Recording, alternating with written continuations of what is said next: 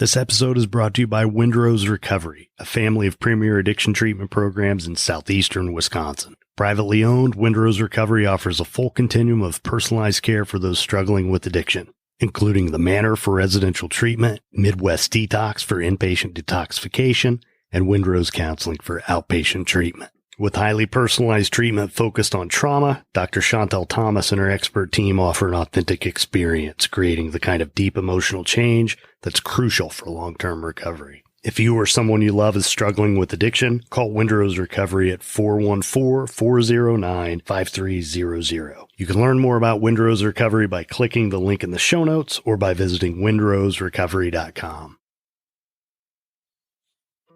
Thank you for listening to The Path to Authenticity. My name's Tom Gentry.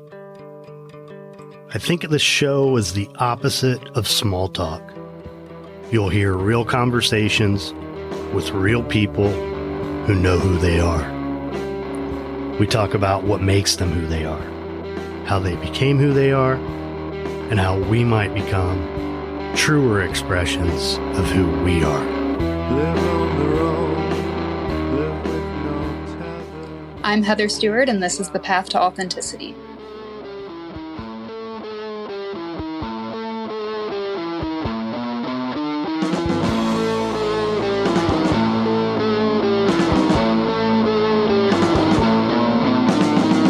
Nowhere to run, nothing to hide from the government's prying eye. Take yourself a summer holiday. The Path to Authenticity proudly supports the I Speak Media Foundation, advancing media literacy education through an evolving series of outreach programs within the communities that need it most. For more information, visit ispeakmedia.org.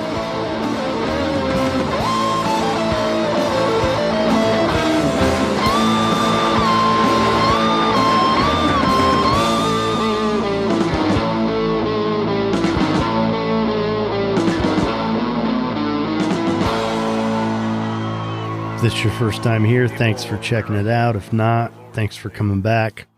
I'm Tom Gentry, and this is The Path to Authenticity. Episode 107 for January 26, 2021. On this day, Wayne Gretzky was born. Eddie Van Halen, Julia Dent, who went on to become Julia Dent Grant, the wife of Ulysses S. Grant.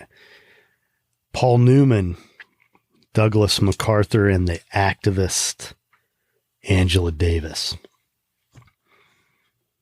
On this day in 1788, a fleet of ships carrying convicts from England landed at Sydney Cove in Australia. Day is now known as Australia's National Day. In 1861, Louisiana seceded from the Union. In 1964, 84 people were arrested at a segregation protest in Atlanta.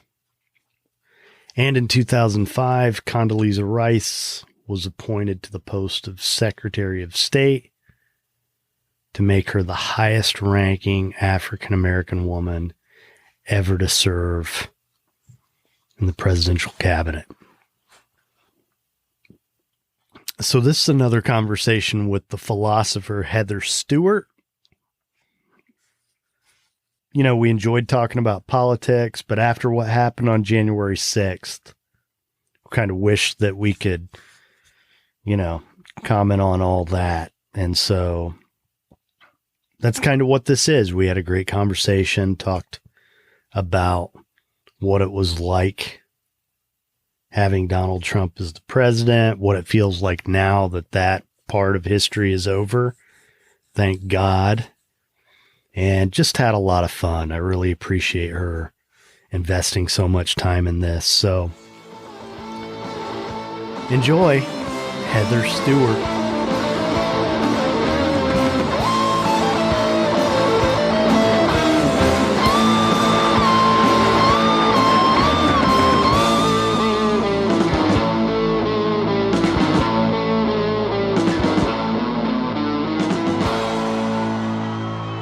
Thanks for coming back.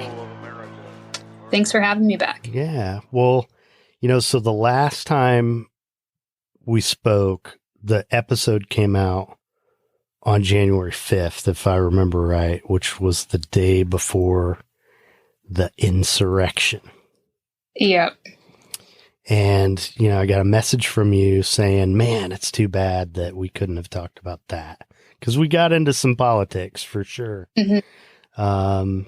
And so then we decided to do this, and I'm excited about it. And it's been like a pretty emotional week for me. Mm-hmm. I journal in the morning, and I was doing that on Tuesday morning. And, it just really hit me how sad these last 4 years have been. Yeah.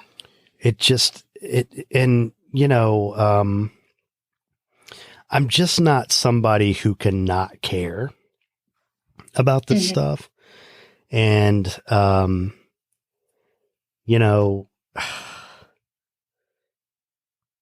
don't know. Yeah. It's this whole thing for me, like the beginning of it, I was on a trip. I might have mentioned this before. I was on a trip the week that he won the 2016 election. I was in Texas. And so at the end of that week on Friday night, I get back to my hotel room, flip on the news, and there are children crying at schools where they bring in all these psychologists to help them deal with the grief of this man being elected, because all these kids are afraid their parents are going to be deported.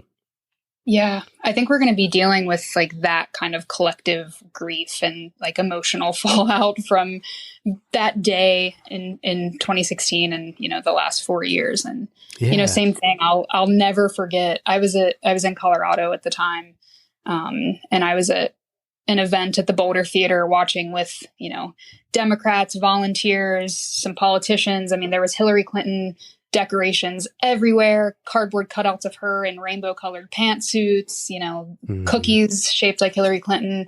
And there was just this excitement of like, we're about to witness the first woman president of the United States. And then, we're sitting there watching Kornacki on his big board doing the delegate math, seeing that, just going from she's got this to he's actually got a possibility to we don't have a possibility anymore. And just seeing that attitude and that mood kind of change in the room was, people started drinking a bit heavier, tears, Well, and, at that point, my son was 11. And, of course, I'm trying to teach him about this stuff through this period. And he knew how concerned I was about if Donald Trump was to become our president. And I remember him looking at me and saying, "What's going to happen?"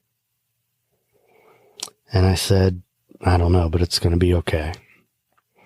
And I wasn't so sure. Mm-hmm. And so I've had this anxiety about, and I actually, since January 6th happened, feel a little validated, because to me, the threat of Donald Trump has always been, we may not survive this as a country. Yeah. And of course, 400,000 plus Americans haven't, right? But yeah, well, and it's just, I don't think enough of us pay enough attention to realize that, like, what a threat he has been to our republic the entire time. Exactly. And I mean, he's been, what happened on January 6th, he's been, sowing that this entire time. And of course it culminated in something so horrific, but like you said, there's a sense in which it's validating to all the people who were terrified back in 2016. And of course it's not like, it doesn't feel good to say, I told you so in this instance, but maybe it's like, hey, we should listen to people when they're sounding these alarms that there's like a serious threat here. Well, and I'm also a little bit relieved that I really began to wonder if there was ever a line he would cross that would be enough for people to turn on him, because he's done so many terrible things that they seem to never be willing to, like, shun him. But some of them like Mitch McConnell's, the older ones with a greater sense of history. Like Mitch McConnell doesn't want to be remembered as the guy who enabled Donald Trump. That's why he's doing what he's doing now, I think. Exactly. He can't rewrite history. He has certainly enabled Donald Trump for the past 4 years. But, I mean, there's no forgiving Mitch McConnell. But I think the fact that he is at least open to voting to convict Donald Trump in the Senate, like you said, maybe it's disingenuous. Maybe he doesn't want to be remembered as the guy who didn't hold somebody accountable after they incited an insurrection against the United States government. But I think like a lot of people in the GOP also carry, some responsibility and some weight. Oh, yeah. For, well, of course, the more obvious ones like Ted Cruz and Josh Hawley and, hacks like that, but some other people as well. Well, the thing about the GOP, I think, like the essence of their behavior for so many years now, I think even before Trump, is just that I see them as opportunistic. If they can engender some support by being a jerk, then they'll do it, and just like Ted Cruz, the hat with the gun, like come and get her, whatever, and then Josh Hawley. I mean, it just seems so obvious. I mean, these are two guys who clerked in the Supreme Court. Like they know that, I mean, this whole thing they did, certifying the election or voting not to, they knew it was a stunt. Exactly. I mean, they thought it would be politically advantageous. Absolutely. And I think Josh Hawley especially, I mean, I don't know. I heard something the other day about he was going to, interfere with one of the confirmations and make that take longer. And he's just become, I think he was smart enough to recognize that Donald Trump's going to be gone and there's going to be an opening for someone to take up some space, and this is my chance. But it's like, wouldn't it be nice if like a leader in the GOP emerged that didn't just want to ride the wave of like, far right radicalizing and, misinformation and conspiracy and all these things? Like, wouldn't it be nice to have a leader that, maybe had conservative principles that I like disagree with, but they're honest. They're honest and they're coming from the heart. And here's where, like, we have Mitt Romney, but Mitt Romney, to me, my biggest complaint about Democrats is that they haven't had the fight in them that the GOP has had all these years. Like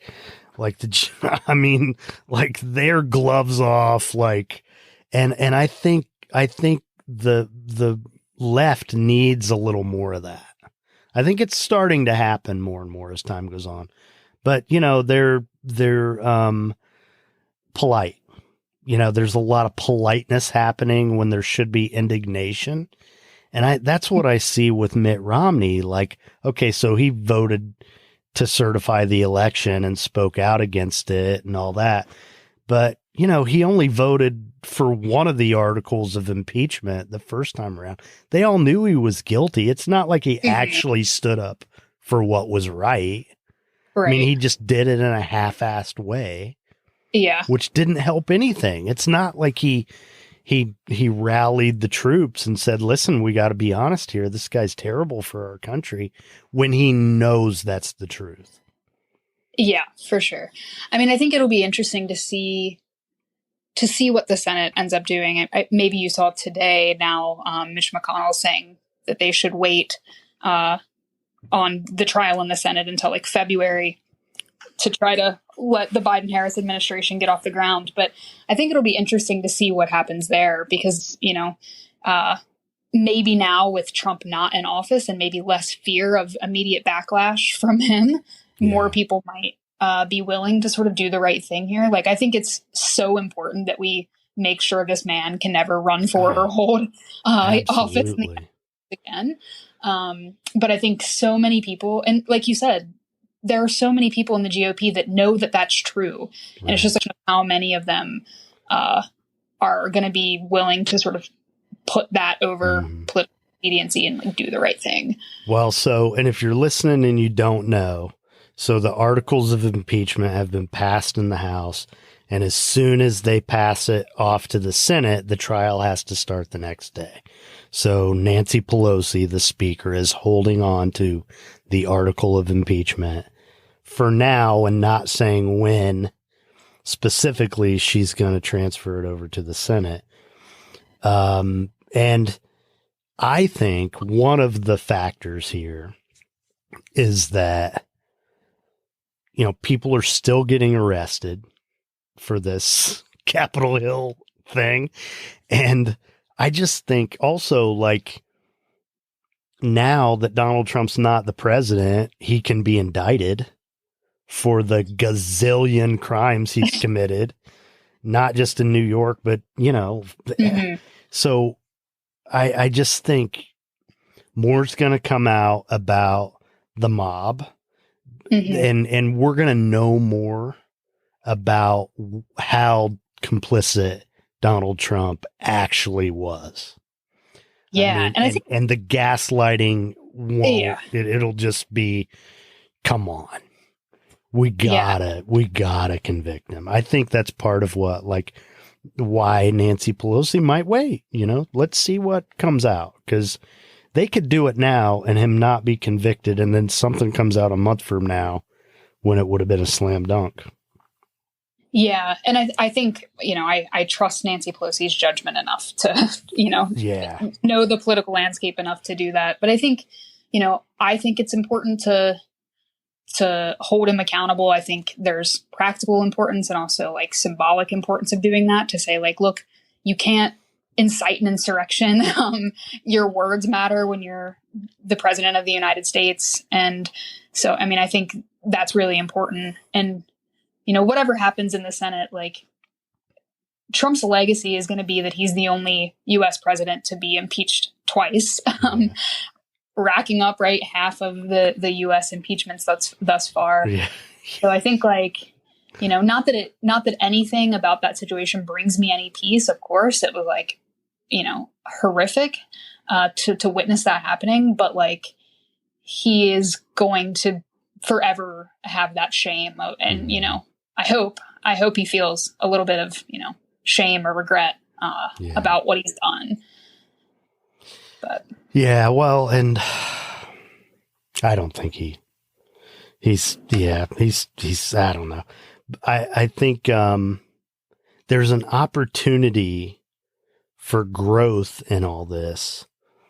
And, you know, one thing that's been in the back of my mind all along, watching him ignore subpoenas, refuse oversight, you know, telling people under his report that they couldn't be witnesses in Congress. Aside from intimidating witnesses and obstruction of justice, and I mean, if I think what I would really like to see is them put together some sort of commission on how do we make sure this never happens again, because constitutionally he pushed the boundaries in a way that was effective for him. He got away with it. Most of it he got away with. He got away with having almost no oversight from Congress. Yeah.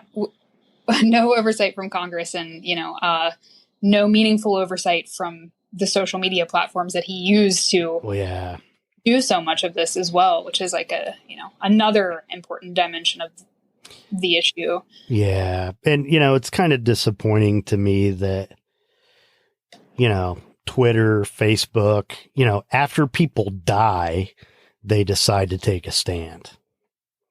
Yeah. You know, well, you knew this was all true before.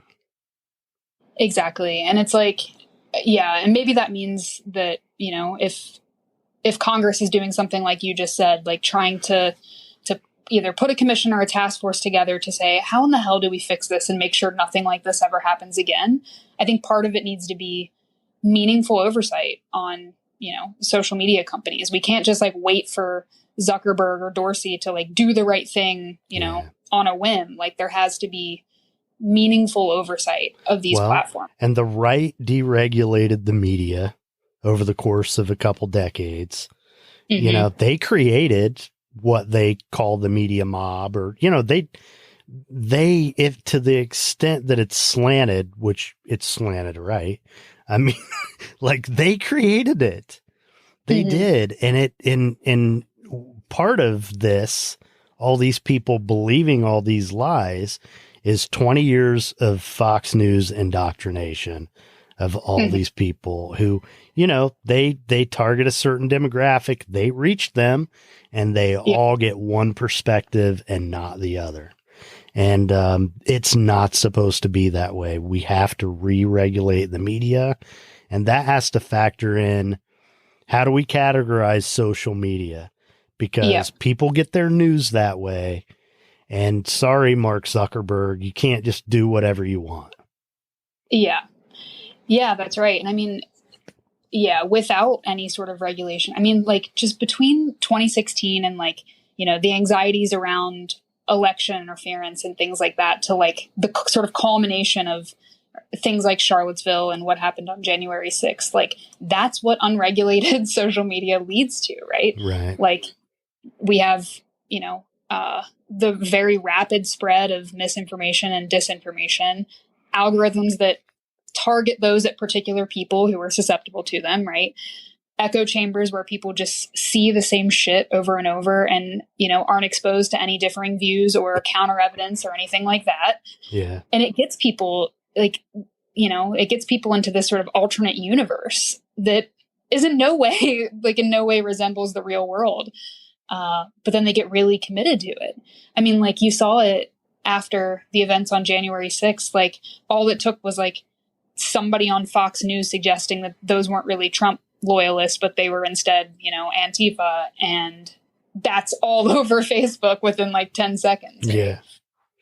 Yeah. It's, it's really, it's profane, you know, the way that this has happened. It's, you know, this whole insurrection thing, I mean, they just planned it all on social media in front of our very eyes.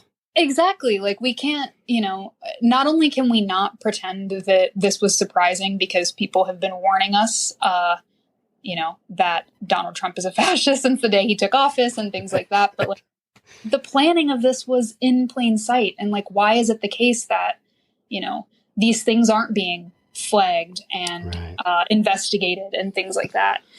And yeah, I mean, it's interesting, like just how much backlash there's been about the platform's decision to remove Trump, right? And for many reasons, that backlash kind of misses the mark. Like people are like, oh, he's being silenced, he's being censored. Like, no, he was at the time the president. He could have had the media, you know, in front of him. Yeah, he's got a megaphone. He just wants to use the wrong one. Exactly. And it's like, no, these are companies. They have the right to remove people who don't respect the community standards, who violate the rules, right? In the same way, if I own a business and you come in and violate the rules of my business, I have the right to ask you to leave. And so, you know, they have every right to remove Trump when he's using the platform to incite an insurrection against the United States government. Yeah. Well, and I think what really might be a game changer with the conviction in the Senate, possible conviction in the Senate. I mean, all this happened. The response in real time was completely inadequate. Yeah. It almost succeeded, you know, and that's law enforcement. And who is the chief law enforcement officer of the country? The president of the United States. I mean, he and his minions are running all these departments. Of course they didn't stop it. Yeah. I mean, it was so laughable that like after this had been going on, for a while, when he finally says anything at all, it's like just utterly coddling these white supremacists. We love you. Terrorists. Yeah. Like, we love you. You're special. Like, no, you're special. This is domestic You're very terrorism. special. Oh my God. He's such an idiot. It's just an absolute, again, in a surprise to no one, but an absolute failure of leadership and adequate response at a time where, like, for once we needed the president to like be a real president. But of course, right? This was in the service. He wanted them to do what they wanted to do. That's exactly the thing that people, if they would have hung Mike Pence, if they would have killed Nancy Pelosi, what do you think he would have done? Yeah. Absolutely nothing. Yeah. He would have held on to power and we'd have Donald Trump for the rest of our lives, or his life. Yeah. And I'm glad that like you said those things explicitly. Like, that is what they were planning in plain sight, right? To hang Mike Pence, to literally kill Nancy Pelosi. And it's like, I feel like, after January 6th, like all the discussion of this has been like, like we need to call it what it is and like not forget. Yeah. Like when you listen to Congress members who were there that day, people like AOC who recounted what happened, people like Ayanna Pressley, they were like, we were scared for our very lives. This isn't like something to take lightly. Like, right. And so many of them still voted against the certifying the election. I can't even, it just baffles me. Absolutely. It just shows you how extreme part of the right is. Yeah. And how hard it's going to be to like reel that in. And you know what? Like, you probably saw this, but I mean, maybe it's like down the list of things to be upset about what happened on January 6th. But nevertheless important. Like, you have members of the United States Congress hiding like underground at the Capitol because they're hiding for their lives. And you still have GOP members who refuse to put on masks, putting everyone at risk for COVID. And now you have members of Congress who have tested positive for COVID. Right? It's just like, they're like hiding from these Trump loyalists who were trying to, overturn the results of a Democratic election. Members of the GOP can't swallow their pride long enough to put on a mask to like keep, elderly and other members of Congress safe. And it's just like on every level, just a reflection of what has gone wrong. Like everything being politicized, everything being like so out of touch with reality. And that includes, GOP members of the United States Congress. Yeah. The problem's pretty deep. Well, and they made all this, they really did. I mean, one of the factors here is all the gerrymandering that's been done for decades now. Yep. So that, they create these little districts where, these kinds of derelicts can get elected to the House of Representatives who, QAnon supporters and like, I mean, it's just insane. And here's the big one that like just baffles me. And I mean, the senator who we're going to be hearing about for the next 6 years about all the stupid shit he says is Tommy Tuberville. Who identified the three branches of government as the Senate, the Congress, and the executive. I mean, come on, man. You don't even know the three branches of government and you're a senator. That's, I mean, to that threshold, I mean, come on, we got to do better than that. Yeah. Yeah. And then the comments he made about, well, we could have just like moved the inauguration and like, no, you idiot. Yeah. Also, like, why are you not acknowledging that the fact that we have to have a conversation about moving the inauguration or like having a National Guard presence at the inauguration? Why is that not the conversation? Yeah. Well, and another thing that they're failing to mention in their indignation over these regulations in the individual states that changed that. Well, they're changing the rules in the middle of it. Well, you know why they did that, Ted Cruz? So people could vote during a pandemic. Yeah. So they gave people more time to vote. They made it easier to mail in ballots. I mean, that's what they're bitching about. Which are things that people got to vote. We're supposed to want to vote. We're supposed to want people to vote. But that's that's what's crazy. All they're saying is, they're changing the rules. Well, yeah, dude, we're fixing it so people can vote during a pandemic that you also don't care about. Right. But it's like, it shouldn't take, a global pandemic for us to like make voting accessible, it's like, I'm from Kentucky. Under non-pandemic conditions, we don't have early voting or mail-in voting. It's day of voting.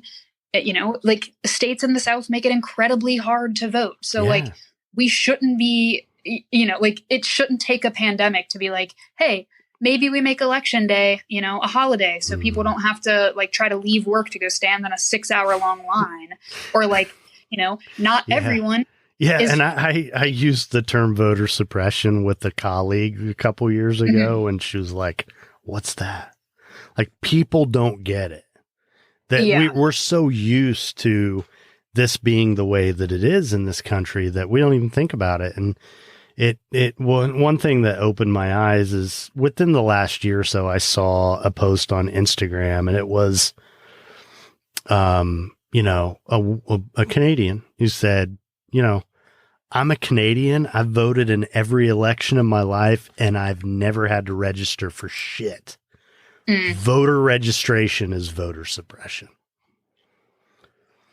Yeah, we're like definitely like the need to provide, government IDs, the need to have like things like signature matching, like all these things that are like various steps along the process that they could use to invalidate one's vote. Mm-hmm. I mean, I think like you said, like there's so many people who just either don't see it or don't realize how deep it is. And I think, there are people like Stacey Abrams who are shining like a real light on just how deep voter suppression is and, how it's targeted at particular communities, namely like Black and brown communities in the US.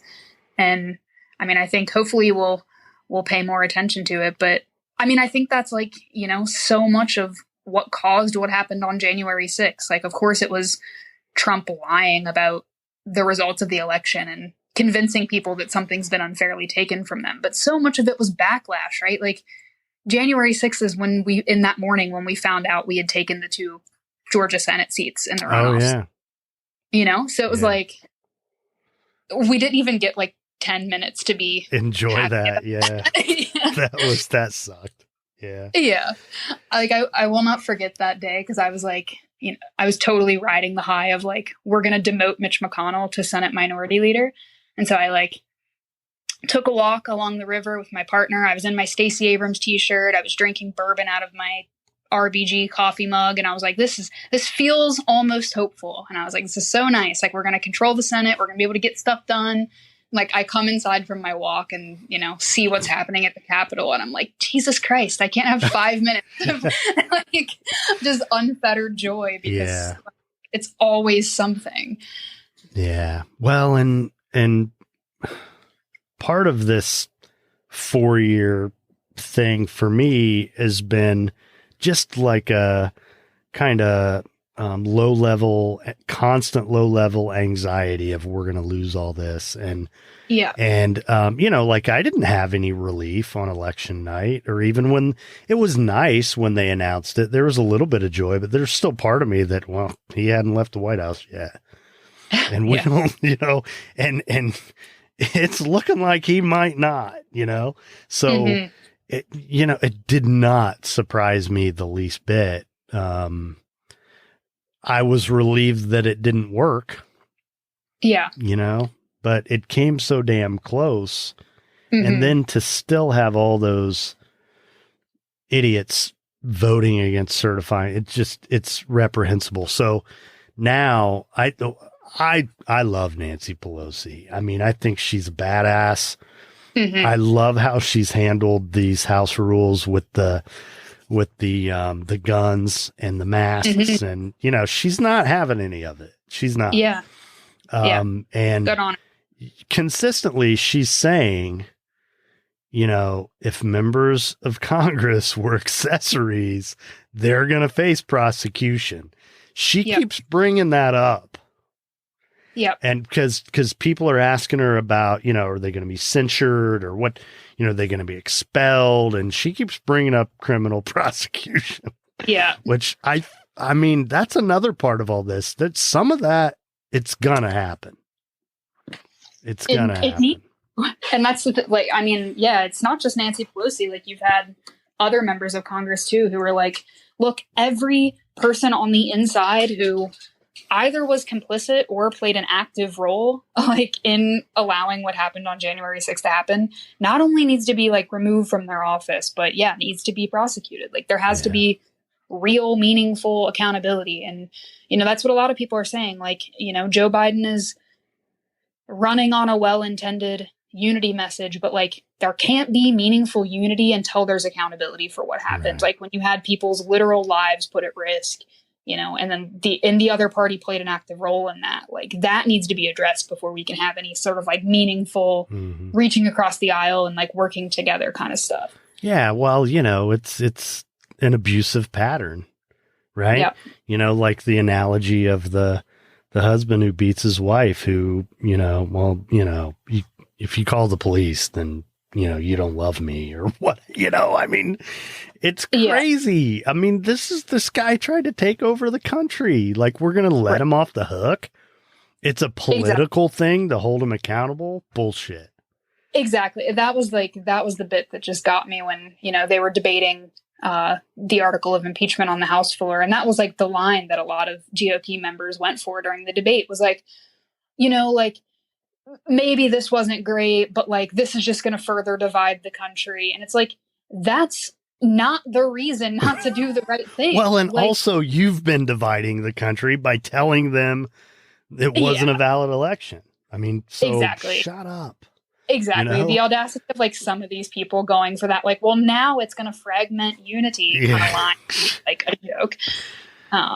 Yeah. Well, and I mean, one of my hopes is that this ruins Ted Cruz. Ted Cruz is the worst. Somebody made a tweet the other day that I saw that made me laugh. That was like, a real unity message. We all hate Ted Cruz. I was like, that's so right. Yeah. I mean, anywhere but Texas, he'd have lost the last go round. And it's so sad that Beto O'Rourke couldn't have, he'd have been great. I wonder if he's going to have a place in the administration. Yeah, I don't know. He ran such a great campaign in Texas, and, in the, I think was a good voice in the early in the Democratic primary. So I think he'll have a place. Yeah. Well, and I don't know, if I had a magic wand with this election cycle, I would have chosen Harris Buttigieg. Really? That's kind of when we had this plethora of candidates. Yeah. That was kind of where I was going. There were so many good candidates, first of all. Yeah. I mean, I would have loved Elizabeth Warren, but I think the Pocahontas thing was going to, like, she wasn't going to overcome that. And I don't know. I just think Kamala Harris is, I mean, the way she handled Brett Kavanaugh. Yeah, that was, I'm glad those clips are circulating again. It brings me joy. That man is a monster. Yeah, but she is sharp, man. She's also, like, just all that has happened in this presidency, the Trump presidency. I feel like we needed somebody with some prosecutorial instincts. Would have been nice. But I love how Mayor Pete has, I mean, if you've seen the clips of him on Fox before the election, he just destroyed the right on Fox News. And he's like palatable to that crowd. Mm-hmm. And he's really articulate, and he's got this nice Indiana sort of thing going. And I just I don't know. I think it's so fascinating that he is palatable to them because, like, right, he's openly gay. Yeah. He's like, but I think you're right. Like, he's, well, he's down to earth. He's also a veteran. You got that. There's nothing soft about Pete, Yeah, no, he's a veteran. He's got this kind of like Midwestern-y like charm that people like, I think he's definitely going to have a political future, as we're seeing now, right? He has a spot in Biden's cabinet as the first openly gay secretary. So I think he's definitely. Holy cow! What was that? That was my cat jumping on something and knocking a bunch your of cat. things What's over. your cat's name? My cat's name is Rosemary. Rosemary. So Rosemary made an appearance on the podcast. Yeah. Here's a question. Because although I eventually landed on, if I had a magic wand, it would have been Harris Buttigieg. Yeah. I was really happy that Marianne Williamson put her name in the hat. What do you think about Marianne Williamson? Interesting. She would have been about my last choice out of the Democratic candidates that we had. But I could, in fairness, to be charitable, I could see some of the appeal being she's also, relatively an outsider in the ways that appealed to people with, someone like Trump, somebody who's not an establishment politician. There's some appeal to that, right? Mm. Well, I mean, for me, if you know anything about her work, and something I've kind of been tuned into, like for a long time, just in my own personal development, is, we're missing the mark spiritually here. Mm. This is, we're so much of us are coming from a place of fear rather than love. Mm-hmm. And that's her thing. That's what she's all about. She's talking about all the trauma. She's talking about, we have a Department of Defense. We need a Department of Peace. If we don't focus on that, it's never going to happen. Right. It's I don't know if I'd call it revolutionary, but it's certainly radical compared to what's happening. A different part of the dialogue. I think Cory Booker also, did that well, like what you're describing, that like he had this very positive oriented sort of like love message, radical love, message, empathy was something he talked about a lot. And I think, Senator Booker did a good job of like trying to like, let's all stop focusing on, the negative, the division, the polarization, and like try to grow from a more positive space. And I think he was able to also, bring that to, early in the Democratic debates, bring that kind of perspective. Well, and then you got Joe Biden using the word empathy all the time now. It all helped, all of it worked together to get to where we are, I think. And I would love to see her to have a role somewhere. It would be great, but just because I'm a big fan of hers and, the Course in Miracles stuff, I'm a fan. But maybe this is a good place to kind of start to wrap things up. But yesterday afternoon, really. So day of the inauguration, if you're listening, yesterday afternoon, it hit me. Nobody's talking about Donald Trump anymore. Yeah. Oh my God. Yeah. Like I walk my dog and I come back in the building and like there's all these people having this conversation about how happy they are and Yeah. there's this collective joy, and then it's like, and then today, lo and behold, there's Dr. Fauci at a press conference. Like, we are actually having real press conferences with substantive information all of a sudden.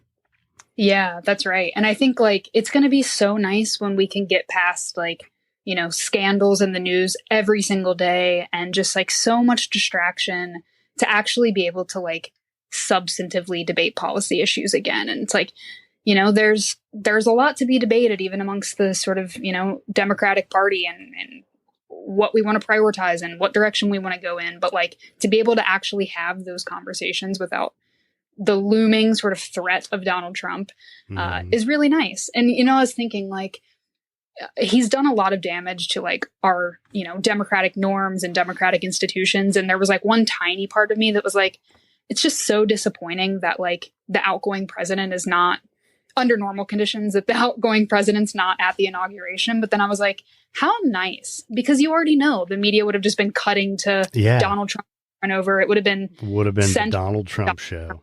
Yeah. And it would have, like potentially outsized or tainted what was otherwise, a beautifully executed, given the sort of domestic terrorism threats and the pandemic, a beautifully executed inauguration that I think both Joe Biden and Kamala Harris really deserved. Right. And it was,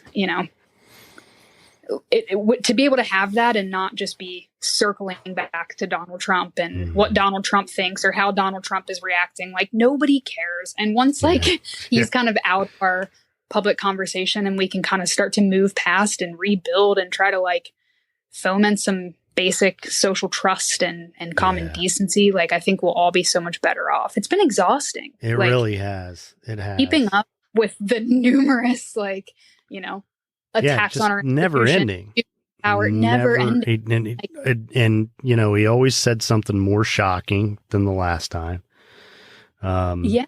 And like the COVID press conference today, it just felt weirdly normal. And, even Fauci said, right, like, Fauci used the word liberating, like it's liberating to stand up here and be able to just deliver the science. We can just talk about what's actually happening. Yeah. And not be worried that I'm going to contradict the president and then face, repercussion from him and his base because of it. Like when a leading expert in public health is having to like bite his tongue during a pandemic because our president, like that's bad.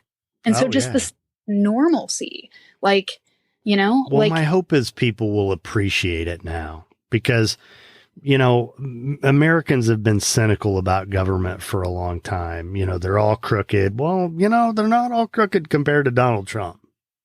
Donald Trump's crooked. Like, and I think we have even on the left and even on people who I like, among people I agree with about a lot of things, there's this, you're already seeing it happen, right? Like Biden's not good enough. Biden's too establishment. Biden's too centrist. I'm like, look, don't let the perfect be the enemy of the good. We're not going to reach perfection. Certainly not on day one of his presidency, right? It's the first full day of his presidency. We're not going to reach perfection, but like give him a chance to do some good, to try to like get things back to a basic foundation that we can build from. And like, he came in day one and did a lot of good things. We're back in the Paris Climate Accord, expanded protections for LGBTQ plus people, overturned Trump's Muslim travel ban. Like the list goes on, but like, day one, we're already going back on some of these horrific and horrendous things that Trump did. And that I think itself is like something worth acknowledging. Huge. Yeah. Yeah. Well, one thing that I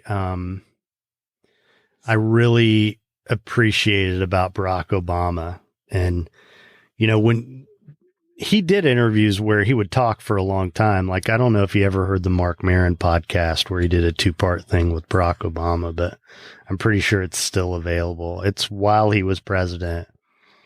Okay. And this concept, I took a constitutional government class one year, and the professor was a guy from Nigeria with this really deep accent. But once you got past it, he loved it so much, and he had passion for it, and just had such reverence for the Constitution. And one of the things that he talked about that Barack Obama also talked about is that it's all designed so that change happens slowly. Mm-hmm.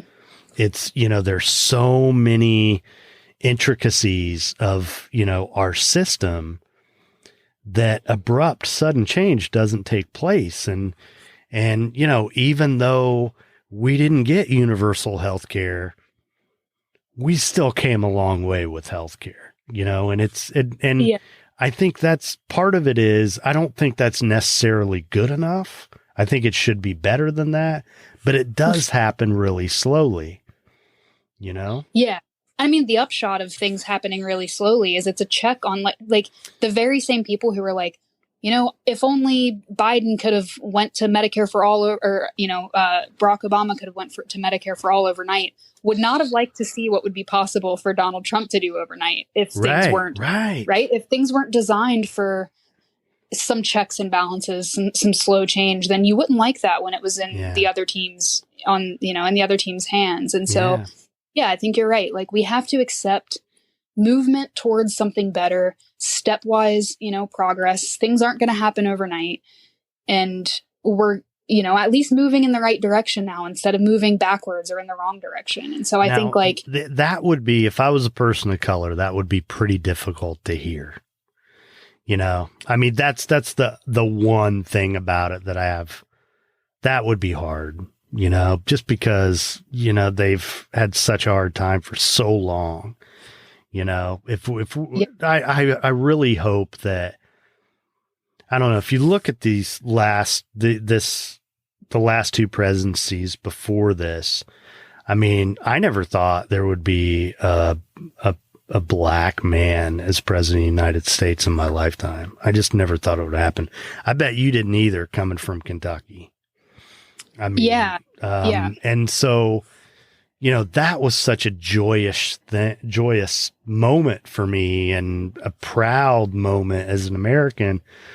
But, there are an awful lot of people who pretended he was a really bad president, and they really just didn't like him because they didn't want a black president.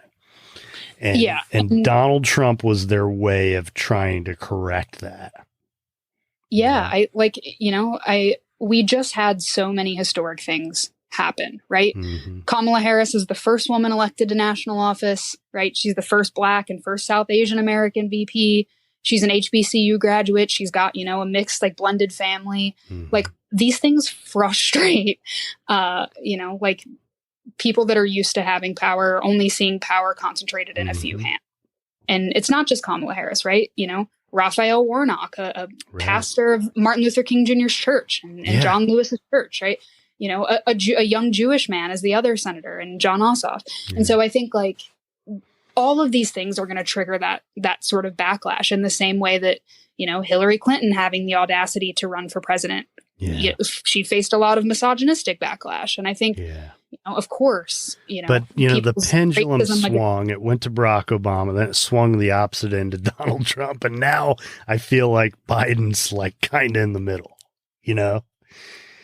Yes. And no. So I think that's right. Biden, the individual, but I also don't want to downplay that, he's naming a historically diverse cabinet. Right. And, he promised to have an administration that reflected, the diversity of America. And he's doing that. He's got a 50% or more percent cabinet that's people of color, an unprecedented number of women, Deb Haaland, an Indigenous woman heading up the Department of Interior, a trans woman just named to be the Assistant Secretary of Health. So I think yes, Joe Biden is an old white dude, but he's surrounding himself with diverse perspectives and identities. And I think that matters, and we shouldn't, downplay that. Well, but I guess to me, when I talk about the pendulum swinging, it's more about the mood of the country than Joe Biden. Yeah.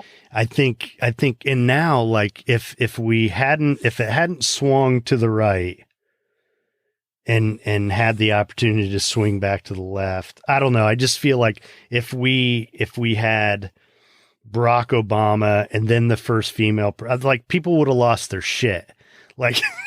know, Yeah. they couldn't handle it. They couldn't handle it, you know? And now if we'd had all that stuff happen at once, what Biden's doing now, people wouldn't have been able to handle it. So it's happening. It is. And, you know, one of the things, talking to my son, who's 14 now, about all this, what he loves the most about all this is that finally a woman. Finally a woman. And, you know, it's just, if you look at other countries, I mean, you look at, the name escapes me, but New Zealand, their prime minister, she's great. Yep. She's great. And she's controlling the pandemic. Yeah. Can you imagine? Yeah. Well, and I don't know if maybe it was like their version of Speaker of the House, or maybe her second in command, who I remember seeing this clip a while back where he's like addressing the media, and, you know, some guy, you know, raises his hand and, you know, question the veracity of the pandemic. And he just said, get the fuck out of here. Like, go to America. I mean, that's basically what he said. If, you know, we're not even going to entertain that here. Yeah. And I think like the comment I made about the Democrats, if they could be a little tougher, that kind of stuff. Yeah. And maybe they're in a, fingers crossed, but maybe they're in a position to do that, right? We won the White House. We have control of the Senate. We have control of the House. Like, when is a better time than now to like do some of that, to actually stand up, you know, be a bit forceful. You know, that if things were in the other direction, you know, Mitch McConnell and the boys would do whatever they wanted to get their agenda. So, like, absolutely. Do it. Like, let's make good on some of these, you know, progressive priorities that we all have. Let's, you know, go past what Biden ran on healthcare and, you know, move closer to Medicare for all. Let's like do the. Well, and I think that spunk, like AOC has it. Yeah. It's starting to bubble up from the bottom. Mm-hmm. And I think it's going to spread, because there is no doubt people respond to her, because she's real. She's real. Yeah. I don't know if you saw this, but I should fact check this. I saw one article that had said she was not at the inauguration because she was participating in a strike with a bunch of laborers in New York. And I was just like, that's so AOC. It's what people love about, you know, Bernie Sanders.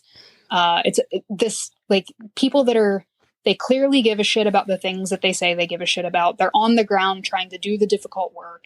And, you know, it's what you see in the fact that we elected, you know, Cori Bush. We have a Black Lives Matter advocate now as a representative in Congress. And I think like the tide is going to move more in the direction of people that know what it's like to do the work on the ground, want to do that. And I feel like, you know, we just need to give people a chance and not write off electoral politics as, you know, a lost cause, and try to, you know, how can we use this machinery to try to make things better for people?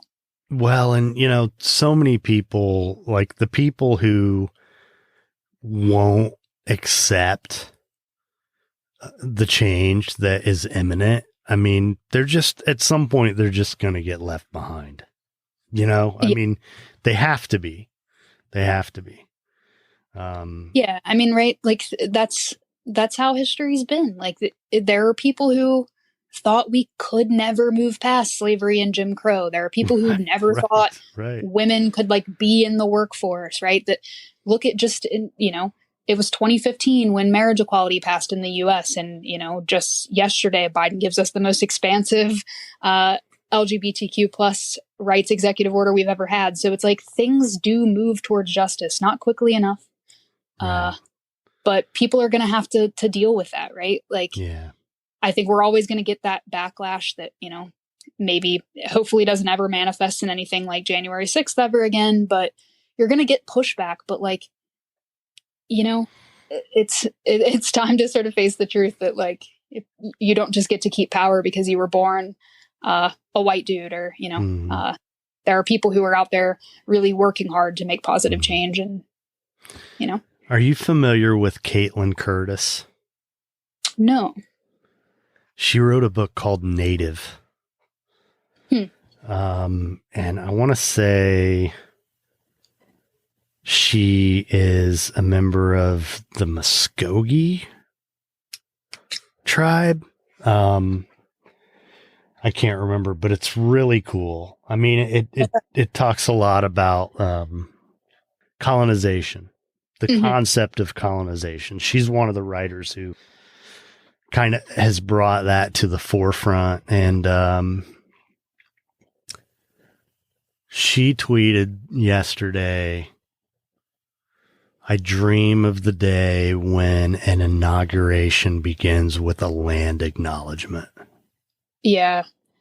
Yeah. That's a really good point, and something in terms of people ask me often if I experience, cultural differences between the US and Canada. And that's one thing that, it's pretty standard practice here, like in professional settings, or like if you go to a talk or a conference, people start their presentations with land acknowledgements. And that was like, I don't know that I've ever seen that in the US, at least not by someone who's not from outside of the US. And that's something, right, we need to sort of normalize and standardize. And I think we saw like a lot of beautiful things at the inauguration that were like reflections of America's diversity. Like I don't know if you watched the full day, but like Amanda Gorman's poem. That was ridiculous. Absolutely stunning. Yeah, absolutely stunning. Like this 22-year-old Black woman who just, within the space of that poem, gave voice to so much of like the experiences of the last 4 years and of that day. And like, I think we had a lot of really beautiful stuff at the inauguration that did reflect, like the diversity of America, but we always need to be doing so much more. And the fact that we just utterly fail to acknowledge, like you said, those histories of colonization and, the role that Indigenous people play in our country needs to be acknowledged. And again, like I do think it's really powerful that Deb Haaland is that made me feel so good. There's always been like a place in my heart. Seriously, I feel funny saying that, but it's really true. Like I've always felt bad for Native peoples in this country. And, for a long time, as I've traveled around the country, like before I go, I'll always like if it's somewhere I've never been, who lived there, I'll look into it. And, I want to know that stuff. I just feel like it's really important. And the only place I've seen it, like I've seen clips of her presenting speaking places and she does it. Right. Kaitlin Curtice. But the only other place I've ever seen it is on a website. Like, and it was an agency in LA, and at the bottom, and it was, some tribe you never heard of, some tiny tribe. But it basically said the content on this website is generated from such and such land, and, we honor. And, I was thinking about it this morning, and I've looked into it a couple times to do that myself, but, and I just have to pick a tribe, honestly. Like I'm at a place where it could have been one or the other. It's like, and I'm pretty sure it's this tribe, the Jaega, Jaega, was the first people here who Europeans encountered and, sickened. I mean, that's that. I feel like, and this is part of why Marianne Williamson, because I just feel like until there's a reckoning, we committed genocide. We're on stolen land. All of us. And not only stolen, like we terrorized them. It's terrible when you really look at the violence we perpetrated against Native tribes over and over and over again for centuries. And still, in many ways still do. Yeah. I mean, one of the executive orders was to stop the Keystone Pipeline. I mean, we're still screwing with their water. I mean, exactly. even though That's we gonna have be treaties with them and we're still, I mean, it's it's terrible, but, yeah. I feel like That's one until screwed we up, messed up. spiritually purge that, Yeah, and, I don't give a shit what anybody says, reparations, absolutely. Yeah, the yeah, symbolic value of it, just an acknowledgement that we wronged you and we're not going to invalidate it anymore. yeah. And We're not going to invalidate your plight anymore, yeah, and like you said, like, I think, there are many ways to, like, we're never going to be able to make good on, all of the harm that, we colonizers, white people, have done to Indigenous people in the US and Canada and elsewhere. But, like, I do think you're right that, like, for example, Joe Biden, he ran on a message of unity and healing. And like we said about January 6th, part of moving forward has to be not just acknowledgement, not just like kind of phony public apology stuff, but like meaningful recognition of harm that's been done, attempts to try to make things better moving forward. And I think, land acknowledgements are important. They're a sign of respect, but like Biden giving Deb Haaland a voice and a position of power, like, don't just like, say we did all these harmful things in the past and then move on. I think that's important. It itself is like it's very different than what the Trump administration did with their 1776 commission or whatever, and trying to, rewrite or erase. Well, and if you don't know anything about this stuff, I mean, Deb Haaland, a native, what is the Pueblo? I can't remember what tribe, but she's from New Mexico and she's a member of a native tribe. The Secretary of the Interior, that is the department of the government under which the Bureau of Indian Affairs falls. And a lot of the damage we've done to these tribes was through all these treaties that we've gone back on, which there are hundreds of. It all came from the Department of the Interior. So to have a Native woman running that department is just huge.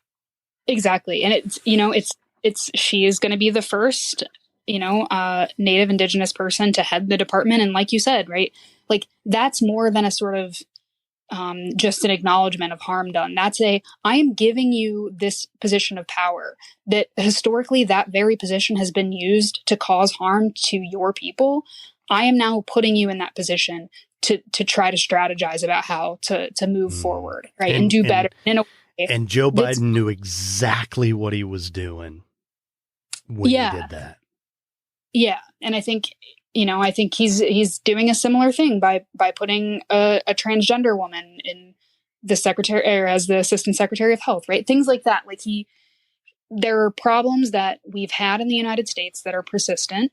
And one way to try to make good on those problems is to bring the relevant voices to the table, and not just in sort of superficial ways, but in actual positions of power.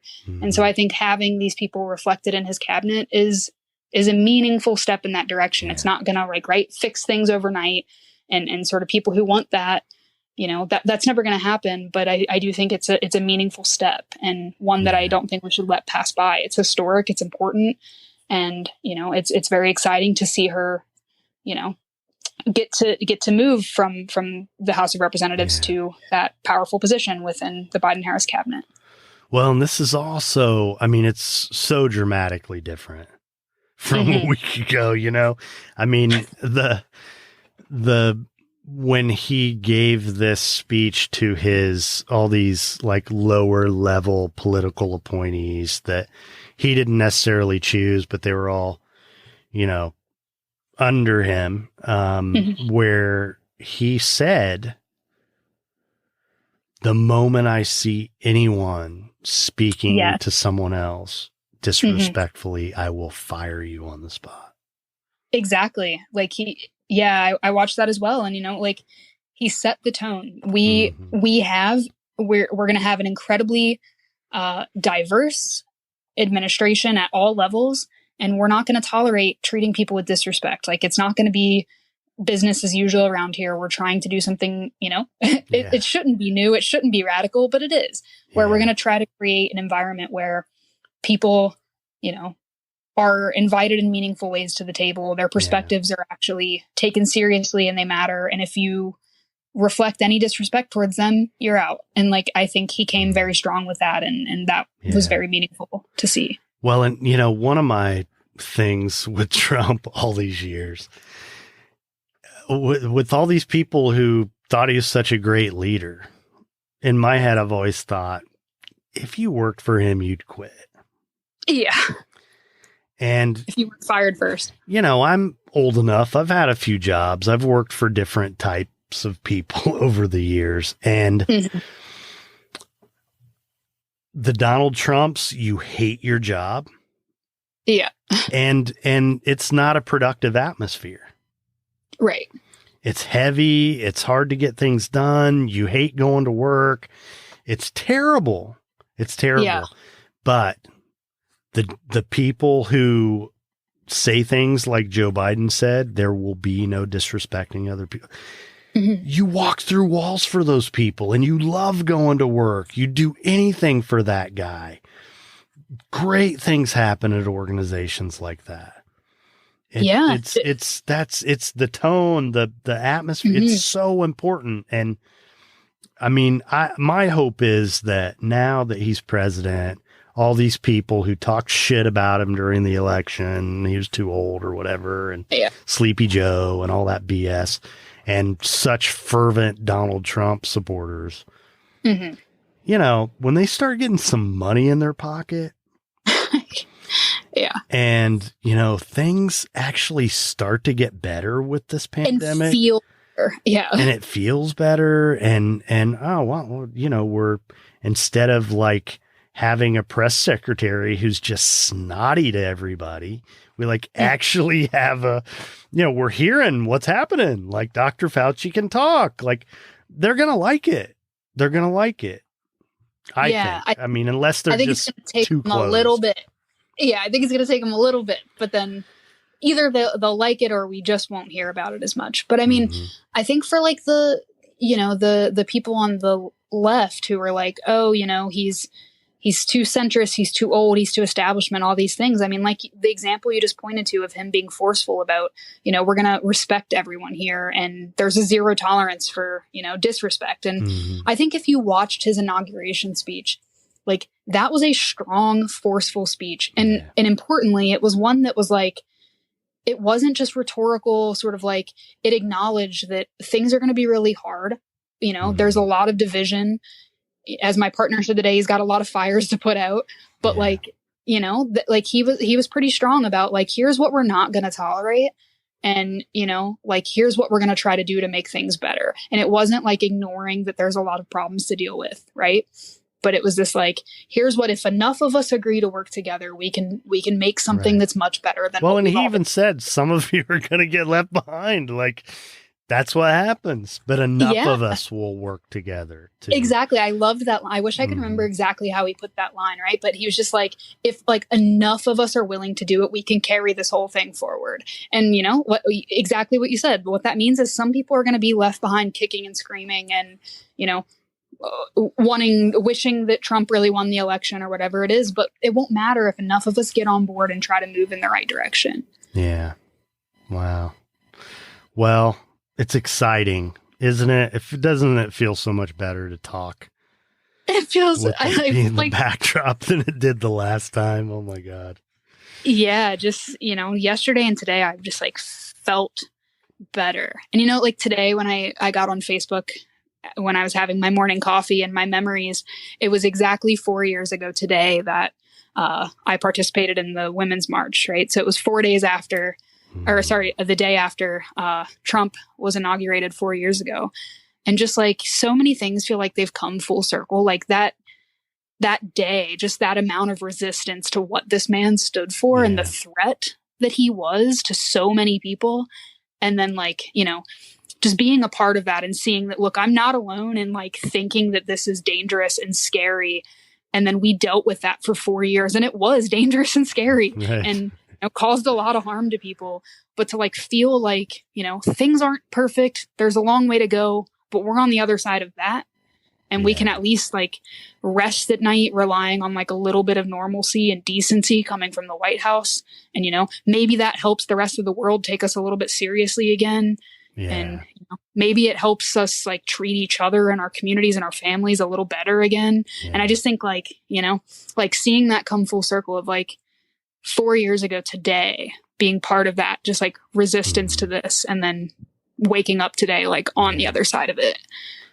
Well, and one of the other things that I'm happy about is, I was pretty sure he wouldn't win again. I was afraid of what would happen because he tried so hard to cheat.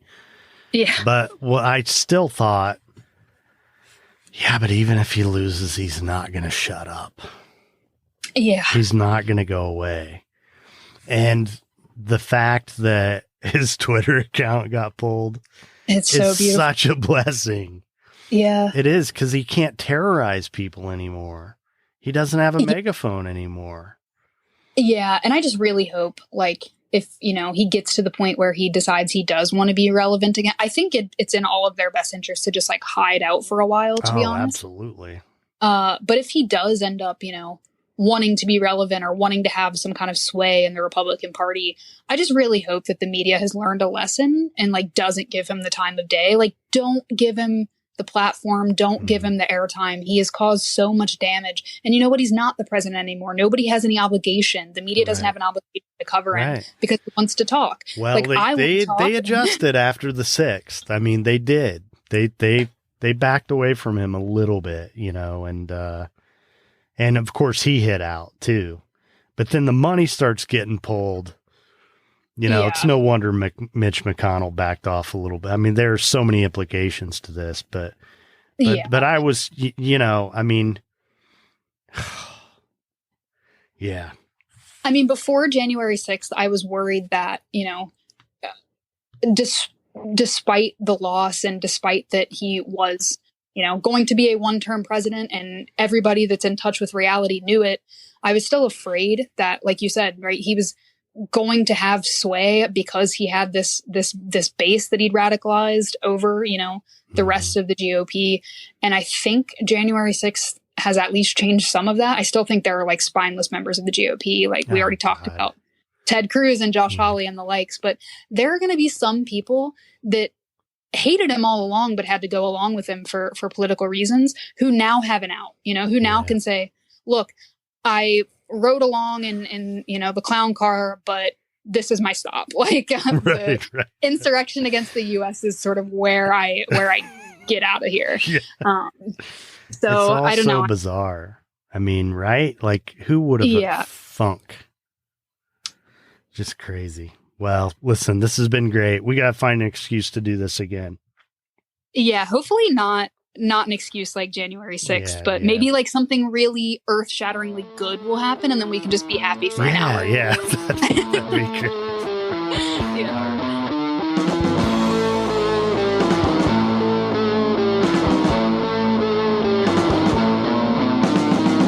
Nowhere to run, nothing to hide from the government's prying eye. Take yourself a soma holiday. All right, there you have it. The return of Heather Stewart.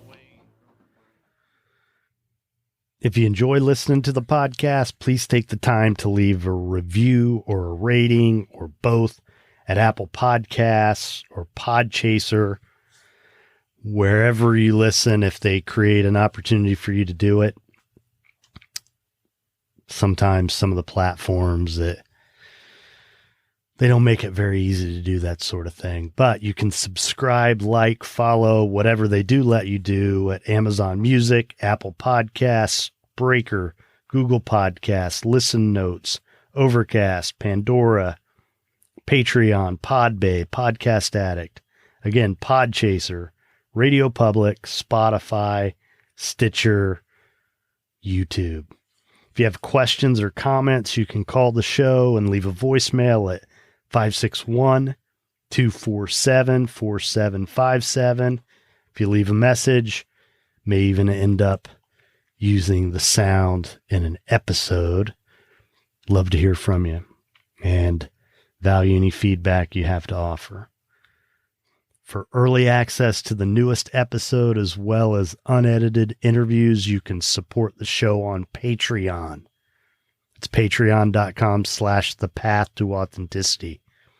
Right now, this week,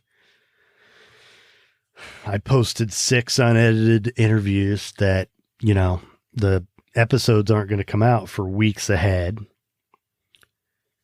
As I record this is Saturday. The episode's going to come out on Tuesday. As soon as I finish here, I'm going to post it on Patreon. So you'll have a new episode that no one else has access to, as well as typically as soon as I finish an interview like this one with Heather, I posted it immediately. So,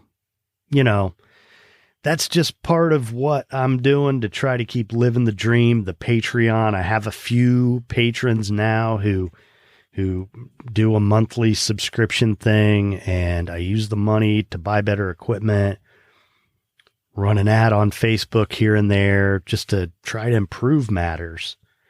And you can gain access to all that supplemental content for as little as $1 a month right now.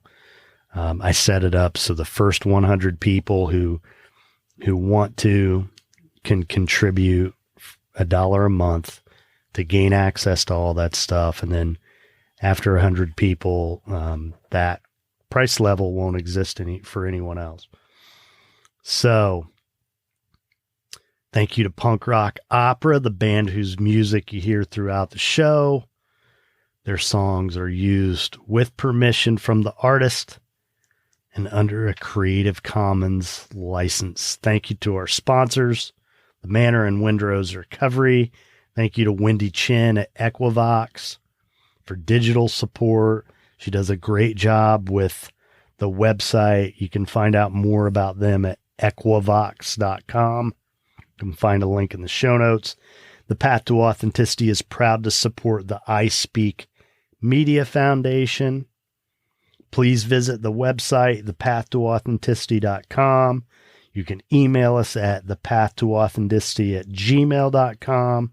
Like us on Facebook, follow us on Instagram, both at The Path to Authenticity. And you can find the Sunday playlist on Spotify, which I updated just a couple weeks ago. Got some great music on there. So anyway, thank God we have a new president. It just feels so much better. And I hope you guys enjoyed listening to us kick all this stuff around. It's not typically what I would talk about on an episode of the show, but I just feel like it's really important. I feel like not enough of us are engaged in public life, and not enough of us talk about this stuff. There just seems to be, it's always frustrated me that there's so much indifference in our society, so much cynicism about politics. So, I know it's a drag, but, pay attention. And look out for the people around you. And, be nice.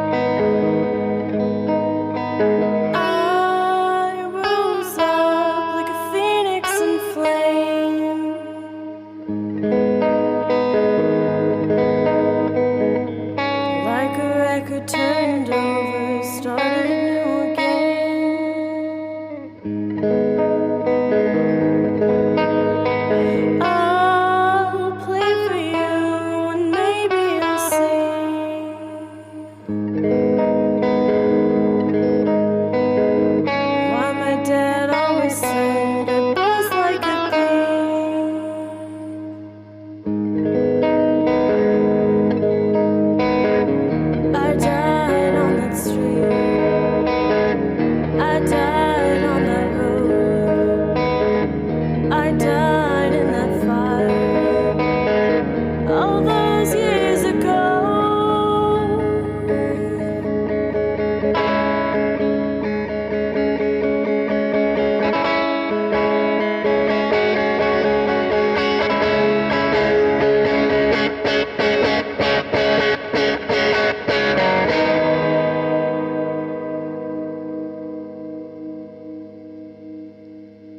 Hey, we need a guitar player.